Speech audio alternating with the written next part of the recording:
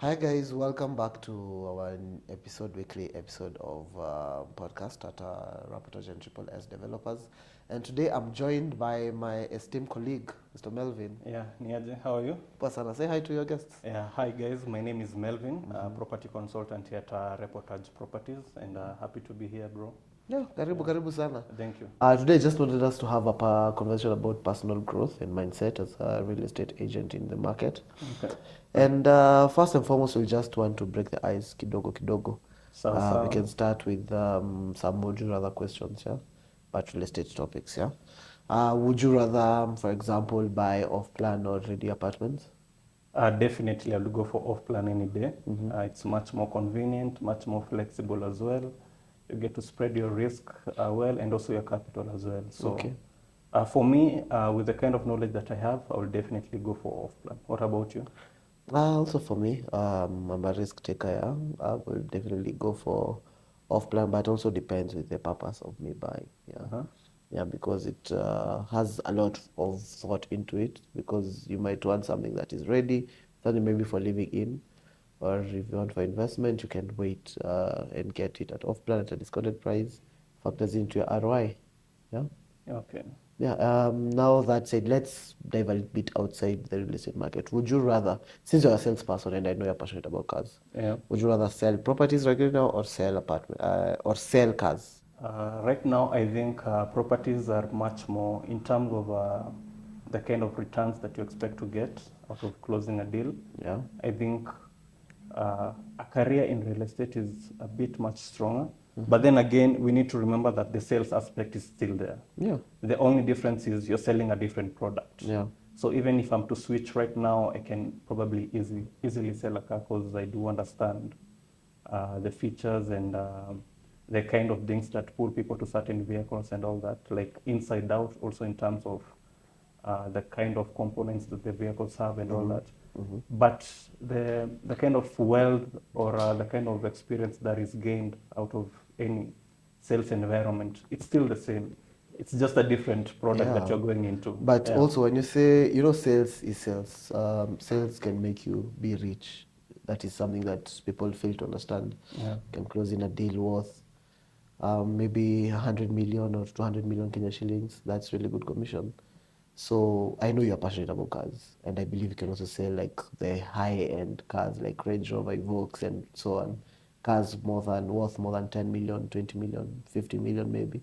That's also a very good stream to even earn from. It's almost the same as real estate. So are you still going to remain with real estate? Yeah, I think I'm still going to remain with real estate because then again, we need to remember the kind of commission that you stand to gain in real estate compared to cars. The margins are not that much as compared to real estate. So I feel, assuming you're speaking about a vehicle that is going for 15 million, and probably a property that is going for 15 million as well, yeah, probably one bedroom or fully furnished. Fully furnished, like one bedroom or something of the sort. Yeah. Then I feel the commission that you stand to gain from the property is way much higher compared to the kind of commission that you're gonna get still from selling the vehicle. It's all about, it's just looking at the money point of view. Yeah. I would say that, yeah. Okay. I've always thought maybe ungechagua magari. I don't know. I've always thought that, but either way, it's still good. About cars, it's more about passion, Yeah. rather than having a career in that sector. Okay. Yeah. I'm just passionate about knowing cars, yeah? Yeah, definitely. I also have a question for you because I know you've dealt in land before, and you also have a passion you understand the aspect when it comes to land banking and all that. Yeah. So I have a case study for you. Yeah. So let's say a property worth 10 million, or we are talking about an off-plan property worth 10 million, or a land that is somewhere that has potential for growth going for the exact same price. Now, between the two, which will you pick and why? Okay. Still trickles down to first and foremost the purpose of buying, yeah? If you really have a project that you know you can do good in that land, because we see now land is a raw material and an apartment is like a final product. Okay. So for land, you'll have to maybe have a purpose behind it, because land banking for 10 million of land, I don't think for me, it really makes a lot of sense because that time, I can invest in something else and it will generate income, even monthly basis. Yeah, but now when I look at if I have a main purpose of that location of that land, either to build my own home, either to build a commercial space, now that is where I can go for it. But if it's for maybe immediate returns, if it's for investment, I think I would just go for the apartment. But also remember the land also appreciates as well. So the only potential for land is the capital appreciation concept if you want to resell it. But you get apartments have the both opportunity for capital appreciation and also rental return. Yeah. Yeah. So yeah, I would make sure that first I have a purpose of buying the land. If I don't, if I'm just looking for capital appreciation, maybe I'll just go for the apartment. Because as you see, maybe it's almost the same, maybe 10% annually. Yeah. Okay. Yeah. Good. Yeah, Yeah. good to know. Yeah. Yeah, so we are at least we've broken some ice, so we just want to get now into the conversation. And I had mentioned we wanted to talk about our mindset and also in terms of personal growth as a real estate agent. So I'll get into maybe the first point that I think we as agents need to focus on in terms of personal growth, which is the circles that we revolve ourselves around. And I just want to testify that since I joined this place, I've been in circles that are challenging to me, and they really make me want to be someone better and also push myself. You always don't want to be the best or the smartest guy in the room. You always want to be the dumbest, lacking of a better word, because you need to learn from people constantly. Yeah, maybe. Yeah. What do you think of that? Yeah, I do agree, and actually we share the same concept in regards to that, because also for me, actually I'm clocking in first year at Reportage Properties, because I came in June last year, and I have to say, in terms of the circle that I've been around for the last 1 year, it has been incredible. First of all, from the teammates and from my colleagues. I mean, I found people who were at the top of their game. They had so much experience in the real estate market as well. Yeah. I got to meet our managers as well. They've been in the game for quite a long time, and unconventional ways of how to do things, because we have pioneered some of the things that are happening in the market as we speak. Yeah. Yeah, and also you see the kind of investors event that we hold. You know, before we normally officiate the event, we normally have a small networking session where you're not only talking to your clients, but you're also talking to all the clients that have managed to be present at that event. Yeah. And they get to challenge you as well, and you get to understand how they work, how exactly they probably got to manage to accumulate so much wealth that they can afford certain type of properties and all that. Yeah. So I can say it's incredible, and we can only move forward. Yeah, we can only move forward. Sure. And also, we get into a position where we network with our clients in a very friendly way that they can even be transparent with us about such situations. And I also believe I have clients and also you have clients who've also like challenged you, telling you that, you're in a very good space. You need to maybe maximize on that. Yeah. You need to see the potential that you have in the near future. Okay. So even having such transparency with clients also kind of pushes us to see our potential. Sometimes we don't see it, but someone who is experienced, who is seasoned in something that they do, they see something in you that maybe you don't see it in yourself. True. And that's why the 100% circles are agree. very, very important as well. You need someone who sees that future you even before you see it. And also challenging environment, because you see, if you're in an environment where people are at the top of the game, then you need to keep on improving, Yeah, for sure. For sure. That's good. Maybe can you touch base on pressure? I feel pressure is something that we go through a lot as Very agents in terms of our sales process, and also be it being employed, be it being in an environment where you're an external agent, maybe where you own your own agency company. The pressure is there. True, it is. It's everywhere. Yeah.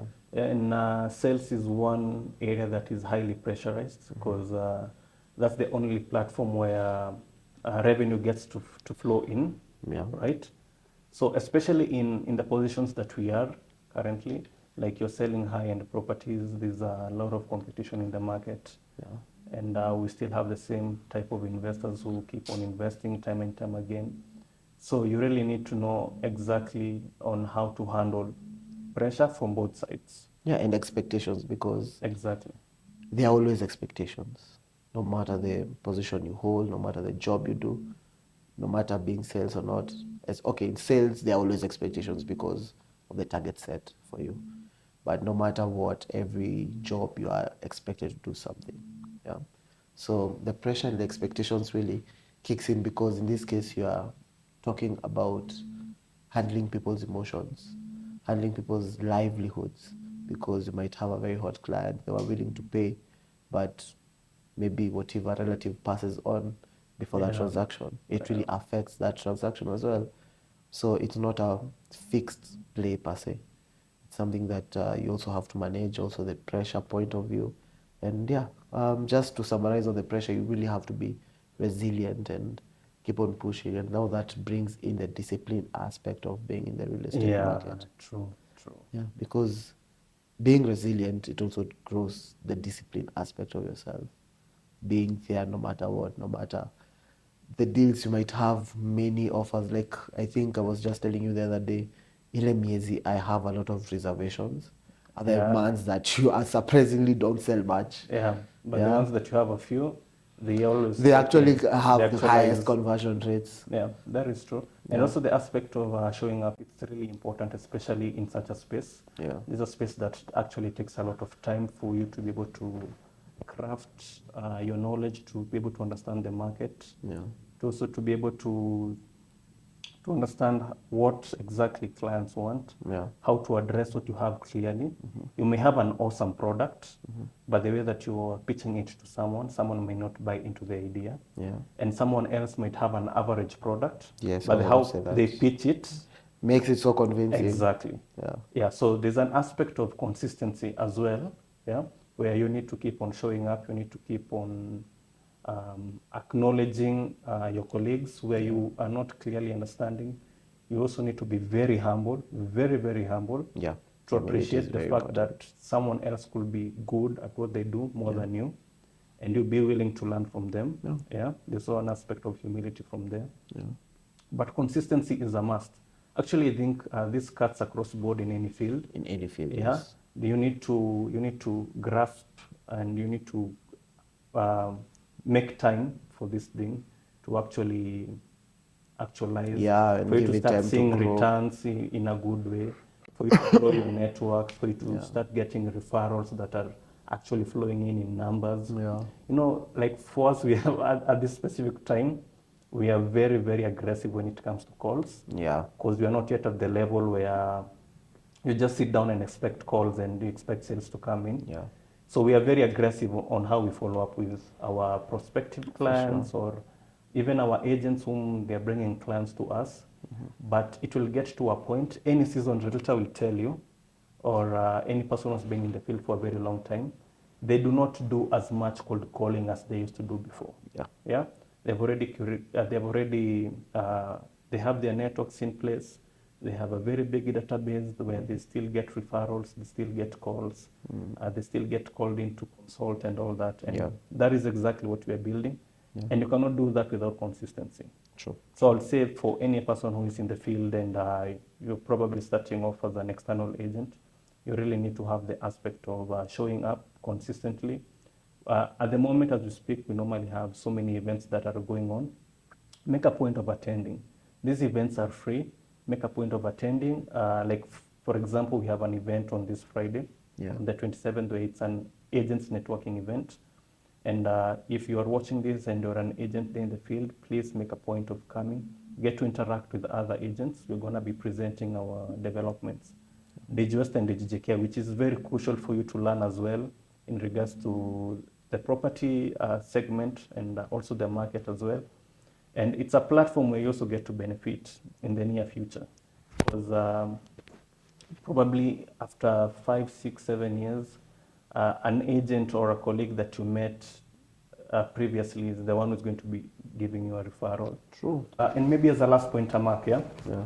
So when you're interacting with investors or even agents, how do you get to deal with self-doubt and probably imposter syndrome? Yeah, by the way, that's a very important point, Yeah, not? yeah, very. Because sometimes we always think we are not qualified to sell some type of products, you're not qualified to do some type of job.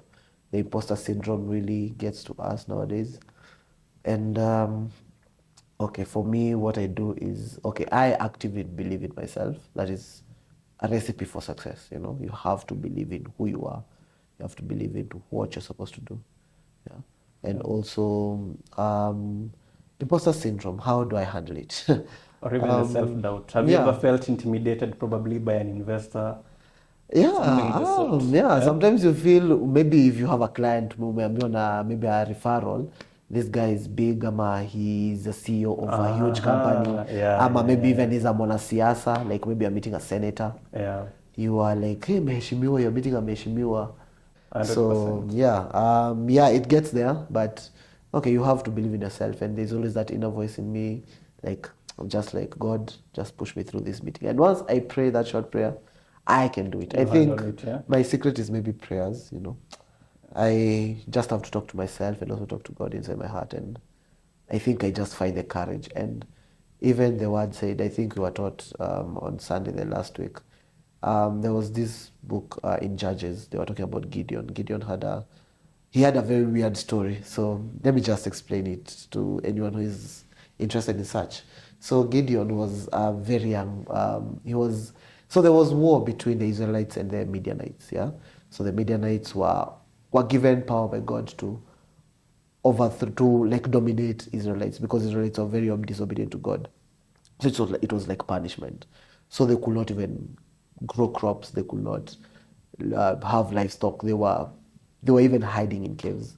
So when Gideon was found by God, he was in the cave, I think, thrashing wheat, and he was hiding because in case the Midianites would find him thrashing wheat, it would be a whole issue. Maybe he would have been killed, or the wheat would be taken away. And then when God called him, he was like, me in the smallest tribe of Israelites, and I am the most neglected person in this tribe.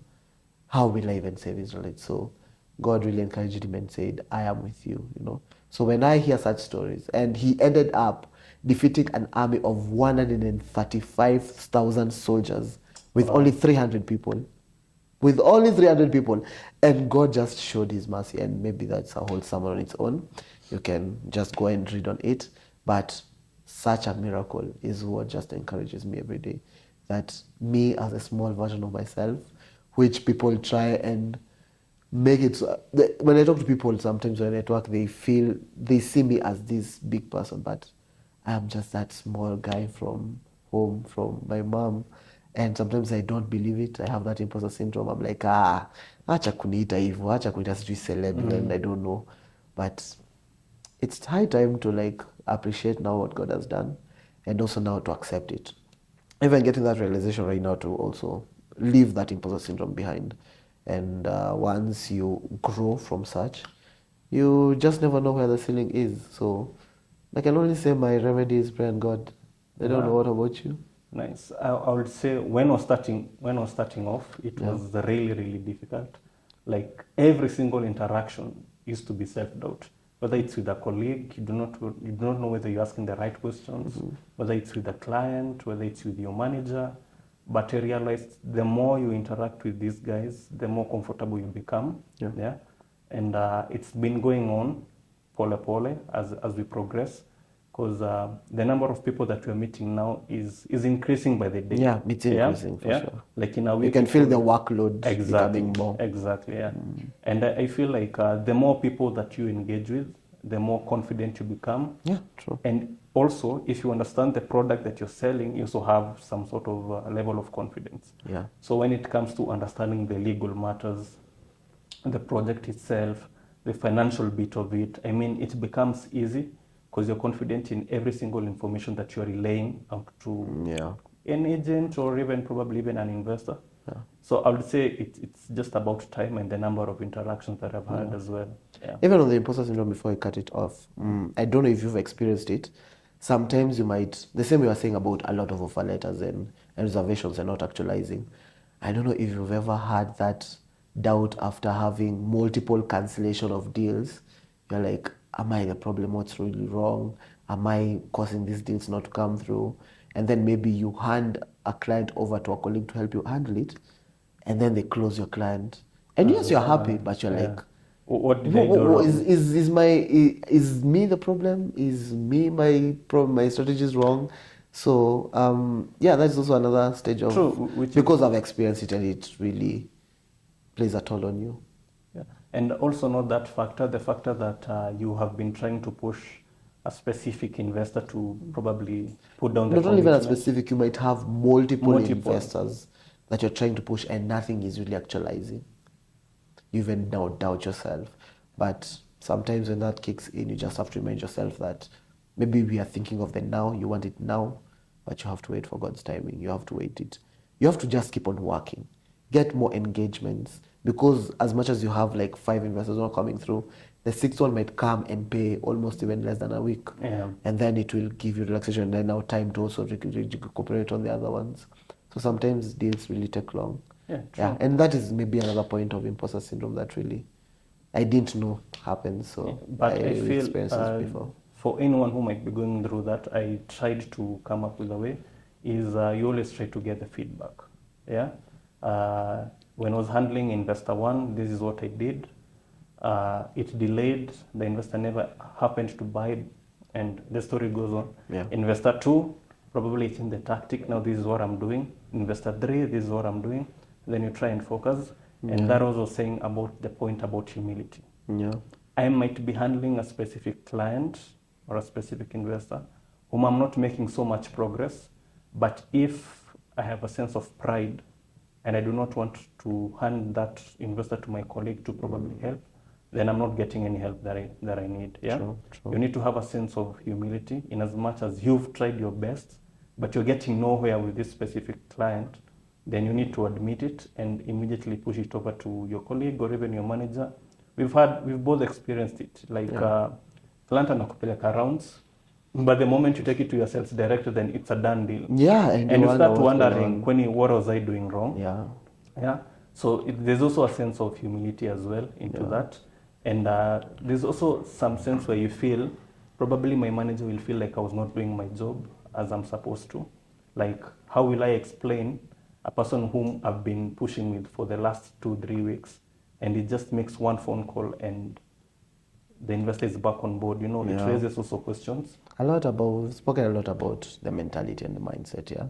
So yeah, let's just encourage each other. Let's always be there for each other. Comment below. Tell us what you think. Tell us some of the challenges you're also going through, especially the mental challenges. And let's have such conversations. Let's be vulnerable. Let's talk as agents. Let the world know what we go through. It's not just what you see. It's more than that, yeah. It's more of the emotional torture, the mentality. It's everything in short. Yeah. And yeah, we really try our best every day. And for me, my closing statement will be, if you have a chance to hold someone's hand in an environment that you've been before, it could be sales, it could be whatever kind of field that you're in, please do so, yeah, and help one another out. It's good to be competitive, but at times it's good to put the competition aside na unashikilia mwenzako mkono and you move forward. Yeah. You never win it alone. You have to go together. Yeah. What does that saying say? There's that saying, you go alone, you go fast, you go together, you go far. Yeah. I cannot probably paraphrase it exactly, but it's something to do with if you're moving alone, then you happen to move faster. Yeah. Yeah, but I think in the wrong direction. Yeah, you might move fast in the wrong direction, exactly. Yeah. Alafu hutapata mtu correct. But I think if you're moving in a group, in as much as it could be slow, but you're making the right moves. Yeah, and you all will the never time. be successful alone. Sure. You have to do partnerships, you have to work with people, you have to employ people as well. No one has made a $1 billion or billion Kenyan shilling company alone. For sure. They need a team. Even $1 million shillings. I mean, you need to have people around to steer that as well. Yeah, we need people, we need each other. Okay, and thank you so much, guys. Please like, share, and subscribe, and also leave a comment there below. Let's engage, let's talk more, and see you on the next one.